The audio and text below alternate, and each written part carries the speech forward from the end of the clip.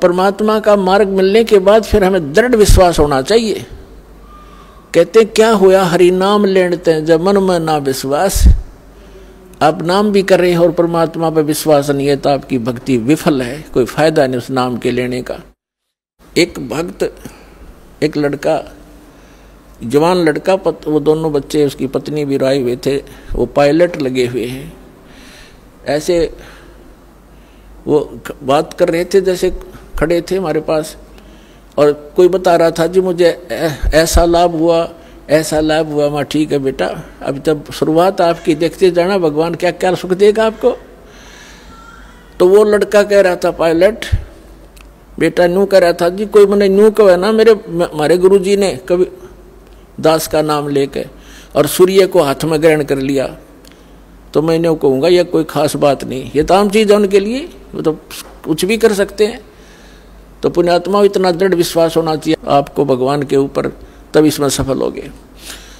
अब जैसे जब तक हमें ये यथार्थ ज्ञान नहीं मिला था, ये सच्चा भगवान नहीं मिला था, तो हमने कोई बहकाले था कि ना ऐसा नहीं ऐसा ठीक है, तब वो भी मान लेते थे। जब इस दास को ये ज्ञान प्राप्त हुआ हमारे पूज्य गुरुदेव जी से और ये नाम प्राप्त हुआ, उसके बाद डट के भक्ति करी। रजा तो नहीं की थी, क्योंकि सतगुरु कृपा करते तभी भक्ति होती, जीव भक्ति नहीं कर सकता, काल करण नहीं दे। ये तो दाता साथ रहते अपने बच्चे के, और तब ये भक्ति कर पाता। ना इतना उलझा रखा है, 100 समस्याएं, सैकड़ों टेंशन पैदा कर रखी बेमतलब की, तो पहले वो टेंशन खत्म करेगा, अंदर से सहारा देगा। क्योंकि हम तोड़ रखे काल में, कति रगड़ रखे, पीस रखे। अब घने दिन में तो आपका दिल खुलेगा कि सचमुच भगवान यो भी सुख हो गया, यो भी हो गया, और फिर जाके मन दृढ़ होगा। और समय अवश्य लगेगा, परंतु ये करके छोड़ेगा। तो पहले कोई भी डगमग कर देता, ज्ञान इतना था नहीं, और कोई भी दो बात अटपट करता था, हम सोचा करते यो भी ठीक होगी भाई, ये भी ऐसा भी ठीक होगा। तो यहाँ परमात्मा भी कहते कबीर साहब के ज्ञान संपूर्ण होया नहीं और हृदय नहीं छदाया, ये देखा देखी भक्ति का फिर रंग नहीं ठहरा। जब तक हमारे हृदय में ये ज्ञान नहीं टकेगा जाके, यानी कलेजे में इसमें कसक नहीं बनेगी सच्चाई की, तो हमें कोई भी बहका लेगा। तो जब मेरे जीवन में जो यू टर्न आया, वो कैसे था कि पहले हमारे जो है धर्मगुरु जो भी ज्ञान देते थे हम उसको सच मानते थे। और जैसा कि जब दास के साथ एक घटना घटी, हमारे घर के ऊपर एक कमरा अलग से बना रखा था, उसको किराए पर दे रखा था। उसमें एक आर्य समाजी यानी महर्षि दयानंद का चेला शास्त्री था, वो उसमें किराए पर रहता था। बोलन चालन का बहुत अच्छा स्वभाव था उसका, एक बहुत ही नेक सा आदमी दिखा करता। नेक तो था लेकिन ज्ञान अज्ञान था उसके अंदर। लेकिन उस ज्ञान से पहले, इस परमात्मा वाले ज्ञान से पहले हम जो भी चर्चा भगवान की करते थे, तो वो कहता था ऐसे नहीं वैसे नहीं, तो हम मान लेते थे भी आप कुछ एज भी आदमी था, एजड था, और उसमें ठीक कह रहे, ये भी सच्चा है। जब ये ज्ञान दास को हुआ, उससे पहले उससे चर्चा होती थी कि हमने हमारे सुना है कि जैसे द्रौपदी का चीर बढ़ा दिया भगवान ने, यानी साड़ी बढ़ा दी। तो वो कहता था नहीं ऐसा कुछ नहीं होता, ये तो सिर्फ एक पाखंडियों का भ्रम फैलाया हुआ है, ऐसा कुछ नहीं होता। तो हम ये भी मान लेते थे, क्योंकि हमें कोई दृढ़ता नहीं थी। एक दिन ऐसी रजा हुई दास को, क्योंकि जब तक भगवान हमारे साथ कोई ऐसी अनहोनी नहीं करेगा, इतने यो मन पापी टके नहीं, और ना यो भक्ति करने दे, ना दृढ़ होने देता। तो दास ने ये जैसे भक्ति बोध है, ये कुछ पुस्तक बनवाई सन 1988 में दास को नाम मिला था। 1989 और 90 की बात है। और एक अलग से पूजा स्थल बनाया 5.5 बाई 15 फुट का, एक गैलरी के ऊपर 2nd फ्लोर पर। और उसमें आमने सामने खिड़की में यहाँ हवा भी साफ आती रहेगी। आपने उसमें फोटो वगैरह लगा के मंदिर टाइप बना लिया। जब वो मकान हम बना रहे थे, थोड़ा शहर से बाहर था, तो मैं लाया जाली लोहे की, मच्छरों से बचाने के लिए जाली लगाते खिड़कियों पे। तो किसी भी कारण से मेरे से गलती लगी या उस सेठ के नौकर से गलती लगी, 8 इंच छोटी जाली काट दी आमने और सामने की। और मैं ले आया कानू आके मैंने बच्चों से कहा कि ले इसको लगाओ। मकान तो बन चुका था, वो खिड़की वो लगाना रह रहा था। जब वो लगाने लगे, ये बड़ा लड़का और एक किराएदार था वहाँ, अन्य बिहार का था, उन दोनों ने लग के वो लगानी चाहिए। तो उन्होंने कहा जी ये तो छोटी है, और छोटी भी थोड़ी नहीं, 8-9 इंच ऊपर ऐसे खड़े तो सही बराबर में छोटी थी, साइड में चौड़ाई में। मैंने देखा भी सच में छोटी है। दूसरी देखी, वो भी ऐसी, दोनों एक जैसी खिड़कियां थी आमने सामने। मैंने सोचा इन्हें रख दे लपेट के और स्टोर में डाल दी ऊपर। मैं वापस लेके जाऊंगा, वो लेगा नहीं, कहेगा मेरे क्या काम है, मैं ये राड बढ़ाया नहीं करते वक्त। मैंने डाल दी। कुछ दिन के बाद दास ने ये भक्ति बोध बनवाई। उस समय दास को दीक्षा देने का आदेश नहीं था तब तक। 1994 में दास को आदेश हुआ है। 6 वर्ष तक दास सेवा करता था, भक्तों को समझाता था, गुरुजी के पास ले जाकर दीक्षा दिलवाता था। फिर उनकी रजा हुई, आदेश दे दिया दास को अचानक कि आज के बाद तू गुरु होगा। और आज के बाद सबको बोल दिया कि इनसे उपदेश लो, जितने भी उनके सस्ते, जो इनको गुरु नहीं मानेगा मेरा कुछ नहीं लगता। अब इतना बड़ा जिम्मेवारी का काम दास को जब अचानक सौंप दिया तो पसीना पसीना हो गया। समझ वो भी गए कि बच्चा घबरा गया। तो उन्होंने कहा कि बेटा तेरे साथ रहूंगा, घबराइए मत, और विश्व में तेरे बराबर संत नहीं होगा, पूरे विश्व में तहलका होगा।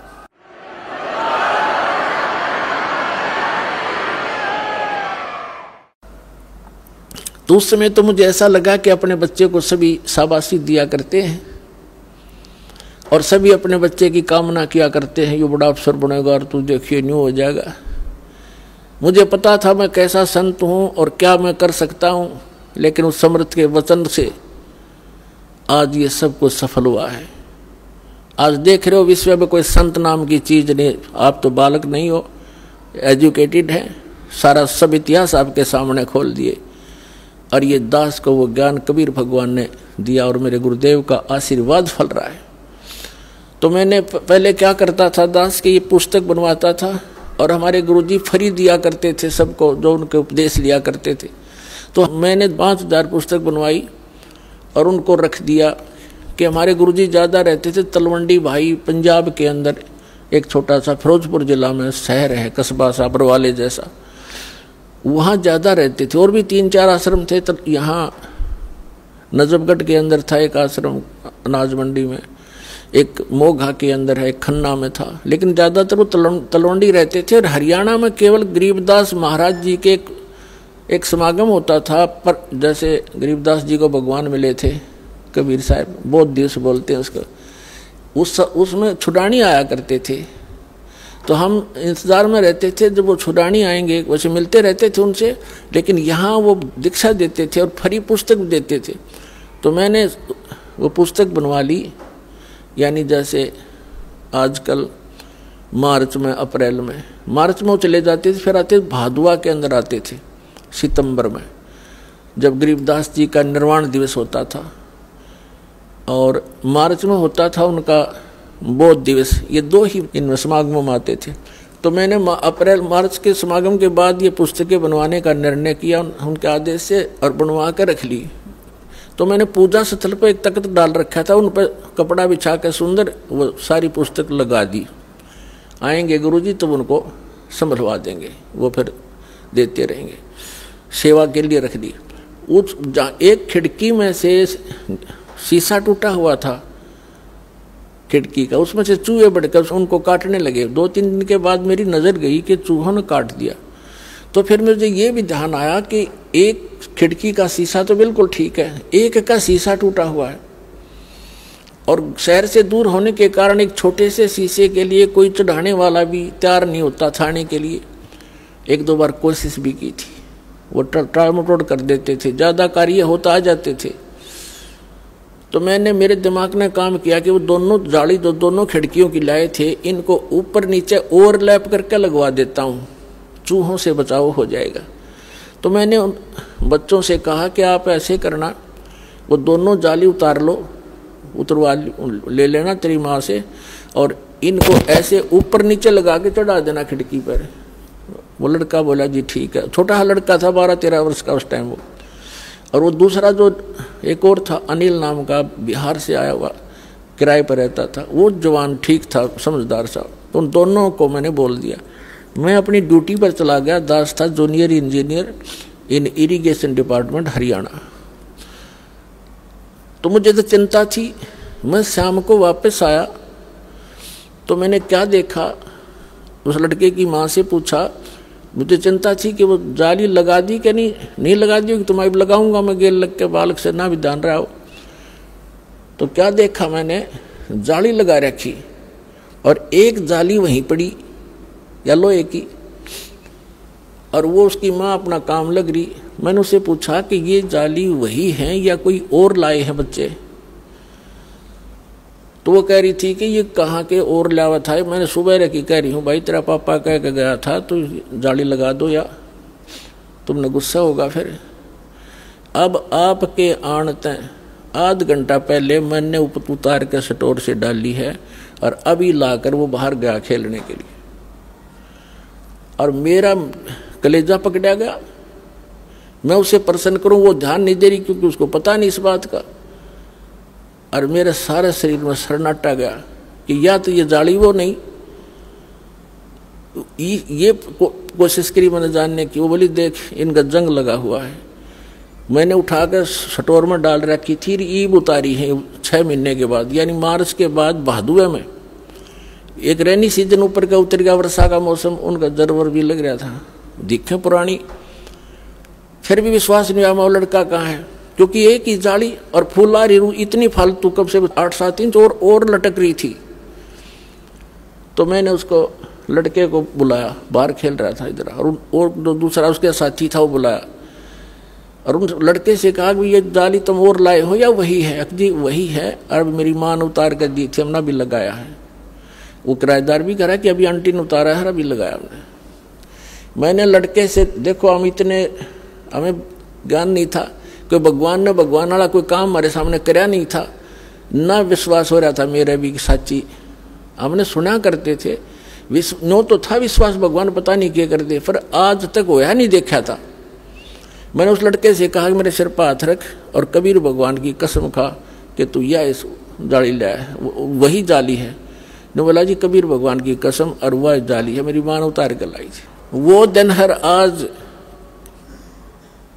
के हम मान्या करते कृष्ण भगवान ने साड़ी बढ़ा दी एक कपड़ा।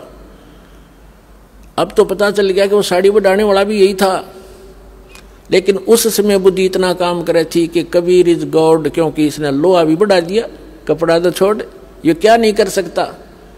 वो दिन सर आज पुण्यात्मा सन 1990 से लेकर आज 2013 हो गया, इस दास ने पीछा मुड़कर नहीं दिखाते। सारा संसार कुछ कहो कि कबीर भगवान नहीं है, इस दास की आत्मा से कोई निकाल नहीं सकता कि कबीर इज गॉड।